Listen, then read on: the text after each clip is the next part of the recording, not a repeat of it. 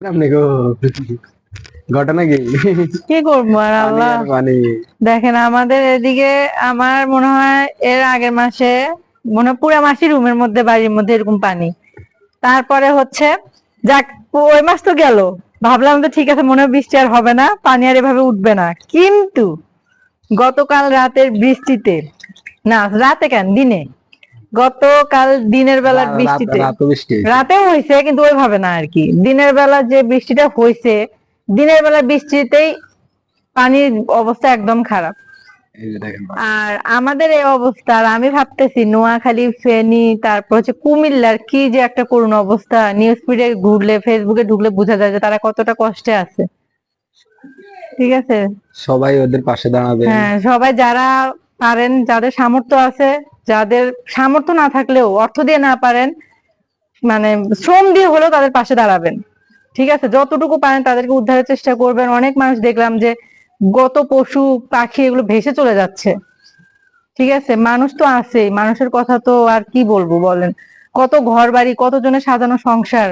কিন্তু দুঃখ হইলো, সিলেটের বন্যার টাইমে বহুত নামি দামি সেলিব্রিটি বাইরেছে, এবার ফেনি মানবতার ফেরিওয়ালারা ছিল, আর এখন হরেক মালও নাই। হরেক মালা নাই মানব বুঝছেন, মানে মানব কি বলবো আর। এর আগের বার অনেক ফেরিওয়ালাদেরকে দেখছি সিলেটে বন্যার সময়, অনেক, মানে কে কি নিয়ে যাইতেছে, কে কি করতেছে, আল্লাহ, ভিডিওর উপরে ভিডিও শুধু ফেসবুকে। কিন্তু এইবার মানবতার ফেরি হেলারা ঘুমায় মানে গোটা কয়েক মানুষ ছাড়া, কয়েকজন ছাড়া, হ্যাঁ, আর সব গোটা নামি দামি কয়েকজন মানুষ ছাড়া আর মানবতার ফেরিওয়ালা যারা পরিচিত ছিল তারা কেউ নাই। সব হারাই গেছে। হ্যাঁ, এখন যারা পাশে দাঁড়াচ্ছে তারা হচ্ছে সবাই হচ্ছে আপনার, মানে আছে, খারাপ না, তারাও হেল্প করতেছে তাদের সামর্থ্য অনুযায়ী যতটুকু পারতেছে, তাদের পাশে দাঁড়ানোর চেষ্টা করতেছে। তো সবাই এভাবে তাদের পাশে থাকবেন। আর এই সময়টা অবশ্য সবসময় থাকবে না, ঠিক আছে, এই সময়টা থেকে অবশ্যই সবাই মানে রক্ষা পাবে, সবাই মুক্তি পাবে, এই আর কি। কিন্তু আফসোস একটাই, আমরা সিলেটের বন্যার সময় যে ফেরিওয়ালাদেরকে দেখছি, মানবতার ফেরিওয়ালা, এটা সেটা, হায় রে উপাধি, তাদের উপাধির কোনো শেষ নেই। কিন্তু এবার কেউ তারা নাই। সব হারাই গেছে। ঠিক আছে, আমাদের শেখ হাসিনা সরকারের সাথে সাথে সাবেক প্রধানমন্ত্রীর সাথে সাথে সবাই চলে গেছে। মানে সব কি ফেরি হেলা একটা চলে গেছে। অবস্থা, দুঃখের মধ্যেও হাসতে হচ্ছে এখন আর কি। ঠিক আছে, এমন একটা পরিস্থিতিতে আমরা কাউকে পাশে পেলাম না, এটা একটা কষ্ট। তো যাই হোক, যারা আছে, যারা অনেকেই দেখলাম যে সাহায্য সহযোগিতা করতেছে, তারা পাশে থাকলে, সবাই পাশে থাকলে অবশ্যই এই বিপদ থেকে কাটিয়ে উঠতে বেশি সময় লাগবে না।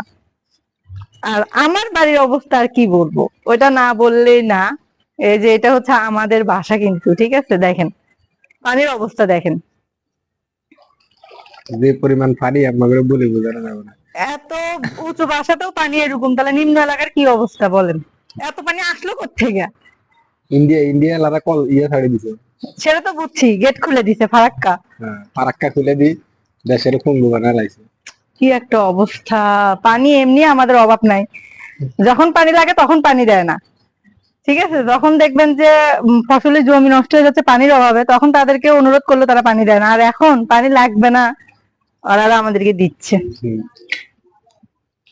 দেখেন দেখেন পুরা বাড়িতে পানি, দেখেন এত পরিমাণ পানি আপনি হয়েছে। যত দূর যাবেন তত দূর পানি, যত দূর যাবেন তত দূর পানি। দেখেন পানি ছাড়া কিছু নেই, পানি ছাড়া কোনো কথা নেই। পানি দেখেন পুরা বাড়িতে পানি। বর্ষাকালে পানি হয়, বৃষ্টি হয় জানি, কিন্তু এতটা হয় এটা কখনোই আমার জানা ছিল না। ঠিক আছে, বর্ষাকালে বৃষ্টি হয় এটা স্বাভাবিক, কিন্তু এত পরিমাণের হয় এটা আমি কখনোই ভাবিনি। দেখেন পানিতে কি সুন্দর হাঁটতেছে। আর পানি হয় আমার ভালো হয়েছে। গোসল করা গোসল করা গোসল করা। না, এগুলো পানিতে গোসল করা যাবে না। একবারই নোংরা পানি, একবারই এগুলো নোংরা। পানিতে গোসল করা যাবে না, বুঝছো। দেখেন দেখো না, সব লাল পানি।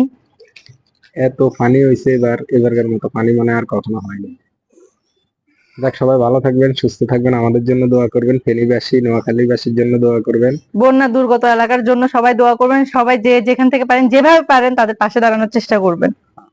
আল্লাহ হাফেজ।